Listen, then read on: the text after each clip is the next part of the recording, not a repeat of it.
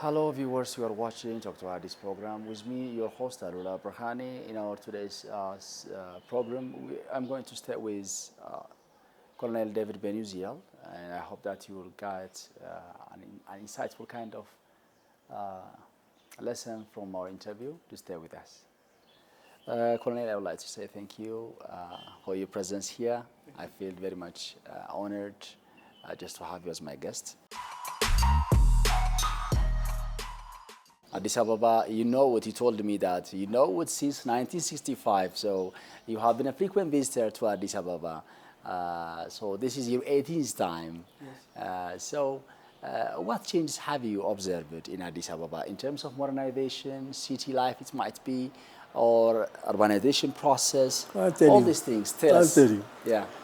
Addis Ababa was Chikabet, most of it.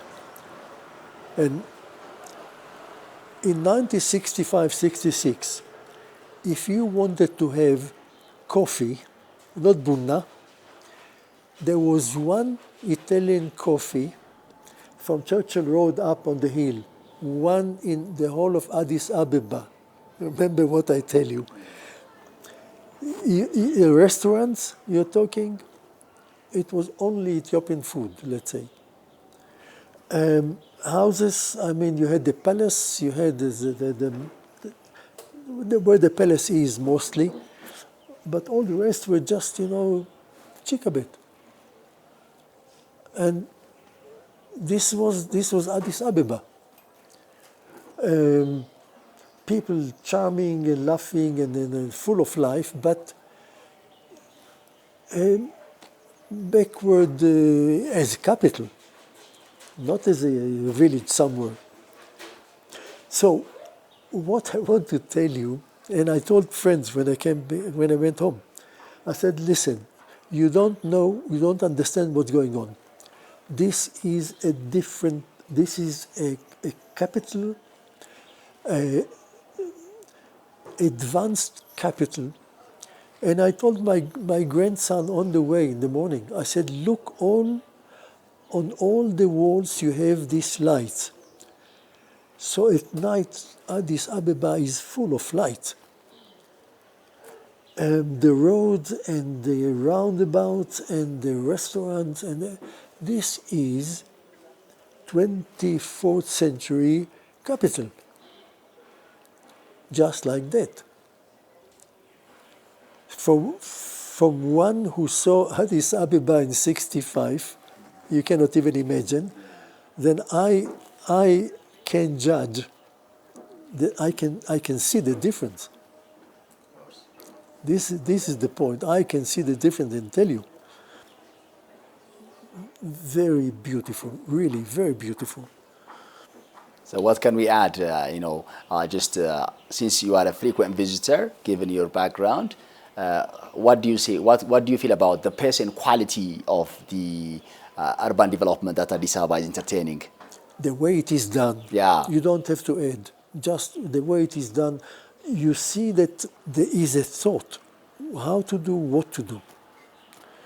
Not just let's put a building, a beautiful one in the middle of nowhere to make sort of expression that this is the capital. No, you see all of it, all along the roads. And I was a few months ago, and I saw that they're working on the right side. You see still the Chikabets, they're cleaned, and you see the new buildings. When you come to a city like that, you look at the country differently. If this is the level of the capital, of the city, then here are people on a high level. Maybe they will feel better in the Chikabet because the parents and the history is like that. No.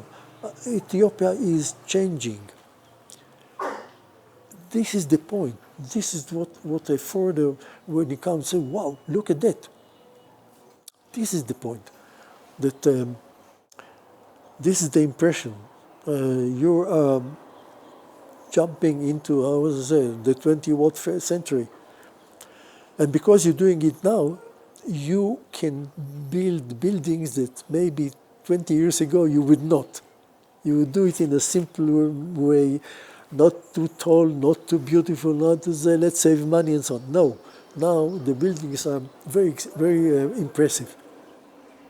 Okay, Colonel, do you think that the city's growth is creating more opportunities for international collaboration or investment from countries like Israel?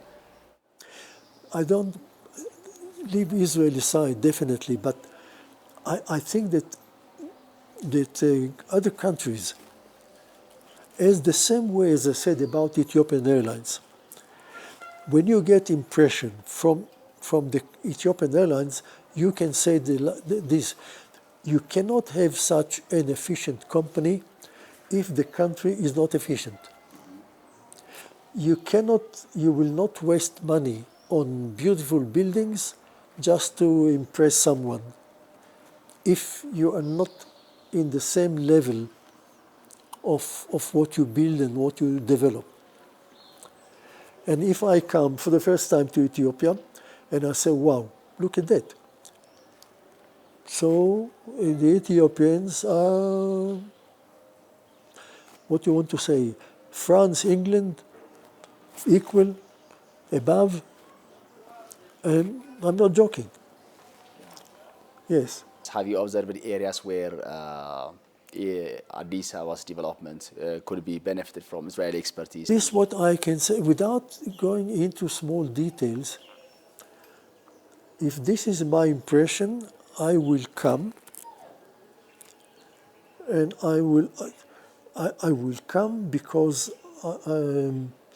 as I said, you cannot have an efficient airline that demands so much and so many details unless there are people here who are able to run such a company.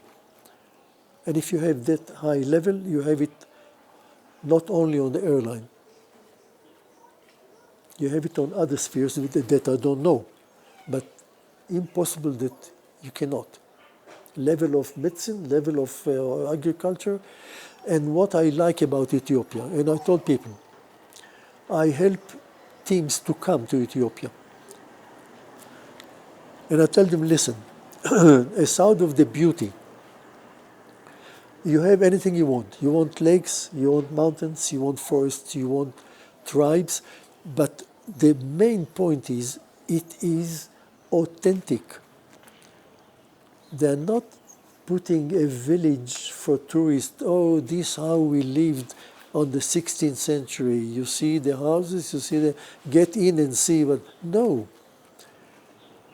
The same way the farmers plow, in the same way the tukuls and everything.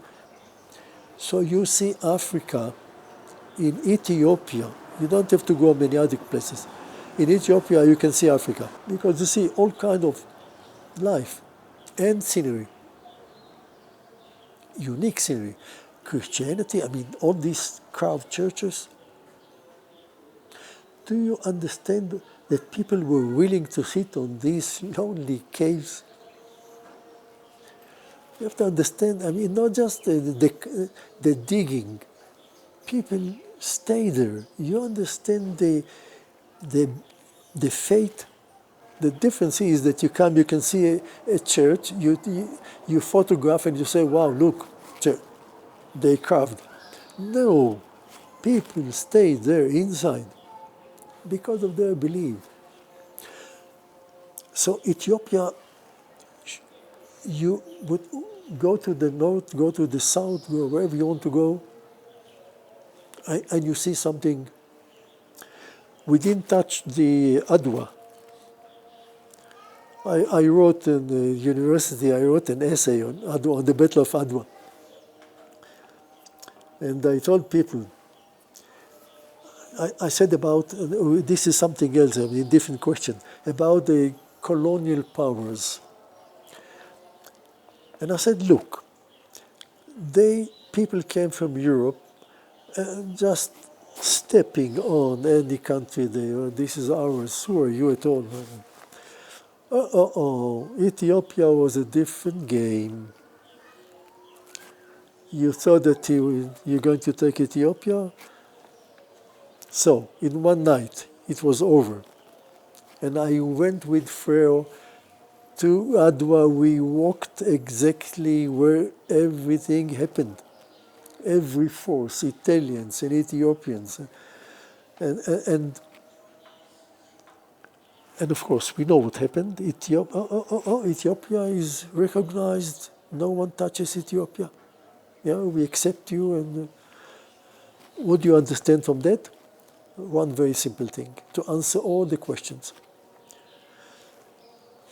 Never give in. Stand on your ground.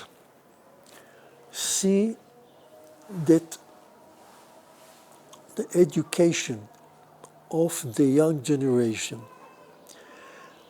according to what? To become engineers, to become doctors? Yes. What do you keep?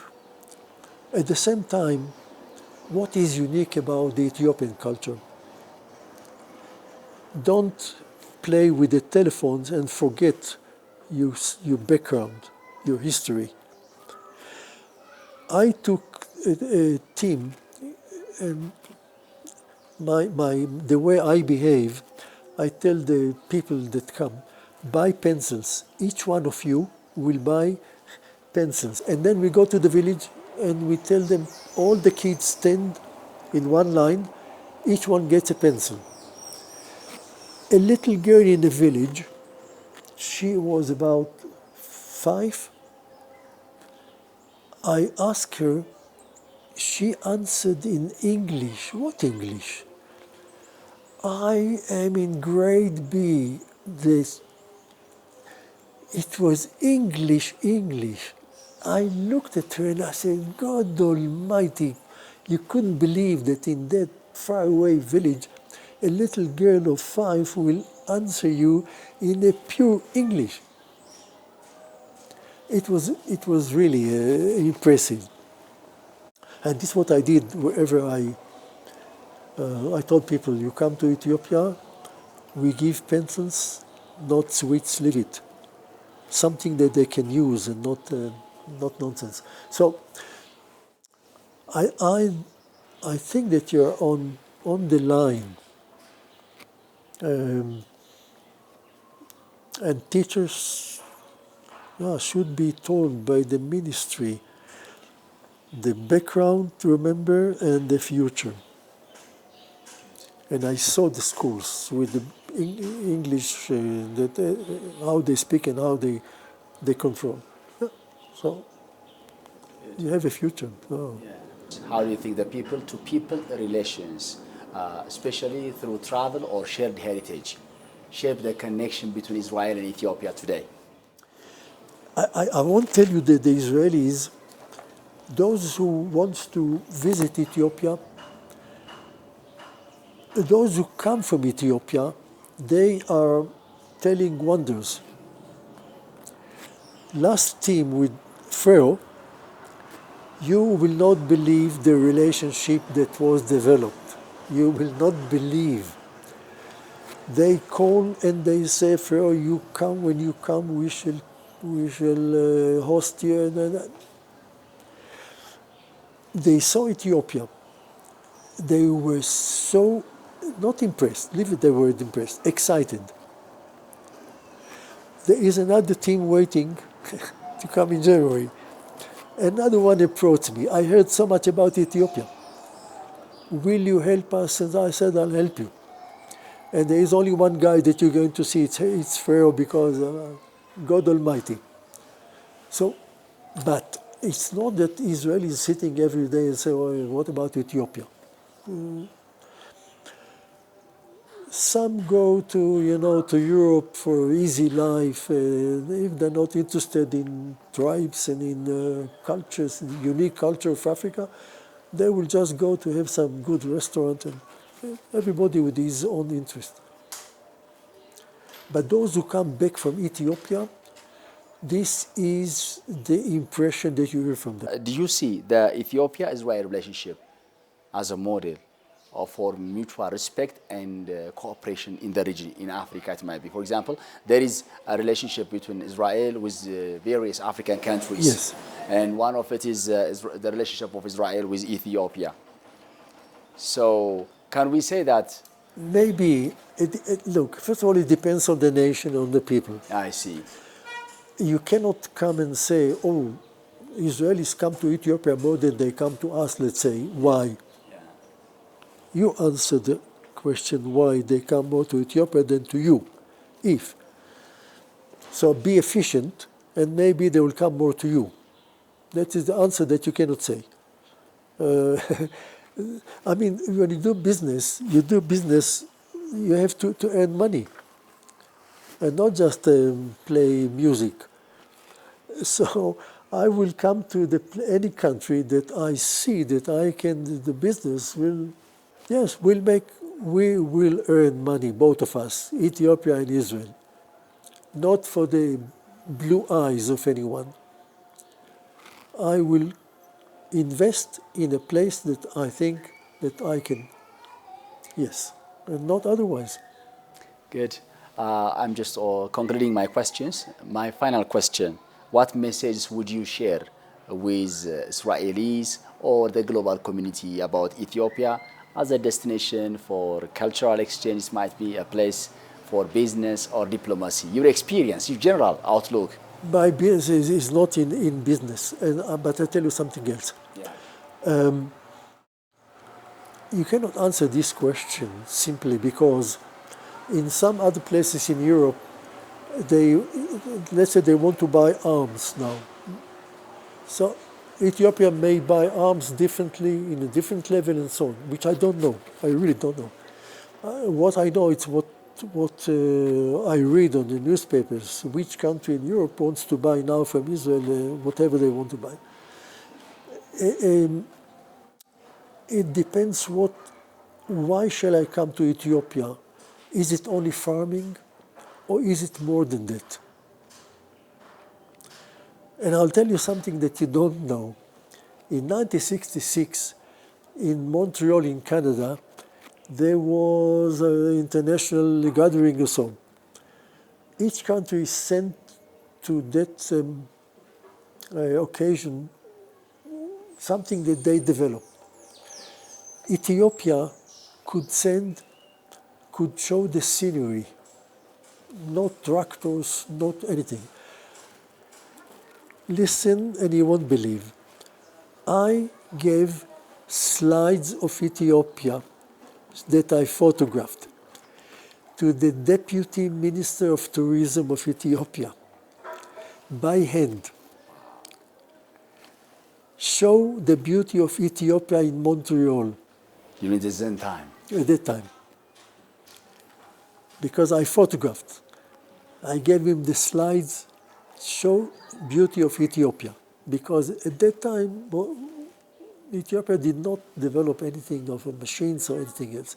So that's what Ethiopia could show. I don't know what Ethiopia today, I believe that there are so many things, but which I don't know. If there will be such a gathering, definitely Ethiopia can come and say, look, we are doing this and this and that.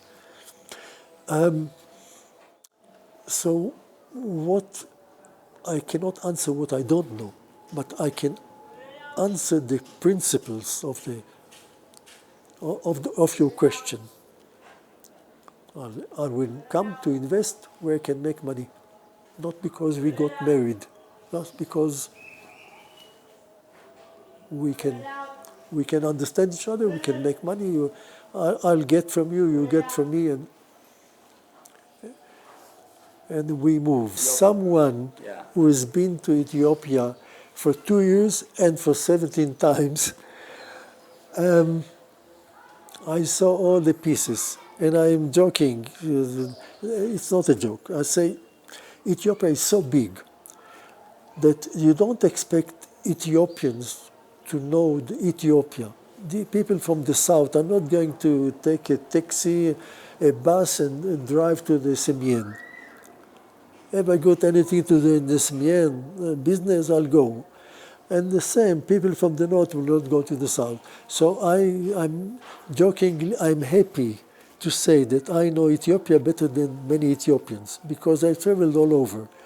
So saying that, it gives me the, how shall I say, um, the respect to talk about Ethiopia. What I saw in the past, what I see now, what is developed and what is beautiful. Huh? You say Israel are black. Yeah. So it is definite. I mean, this story of Ethiopia and Israel about it, this is stand. It doesn't fade out. Anyone who opens the book of Kings, Queen of Sheba came to and she met Queen Solomon and she brought with gold and German everything. Ethiopian Jews who came to Ethiopia, again, what is Ethiopia? Because of them. What is Ethiopia? I give a lot of lectures. I'm invited to give lectures about it. So I tell them about Ethiopia, about the Ethiopians. The Ethiopian Jews, it's part of country. Thank you very much. Yeah. Well, viewers, as you have been watching, this was Dr. Addis coming to you from a different area right now. I have been sitting with retired Colonel David Benuzel. He came all the way from Israel to share us his experiences. This marks his 18th visit to Ethiopia. He has had a long-standing tie with Ethiopia. As you have really followed our program, I thought that you have got some insightful reflections of his visit to Ethiopia and his expertise exchange. I hope that you have got a very direct lesson from our interview today. This brings us to the end of our talk show. Till we meet up with another person in another episode, we'd like to say bye-bye for now.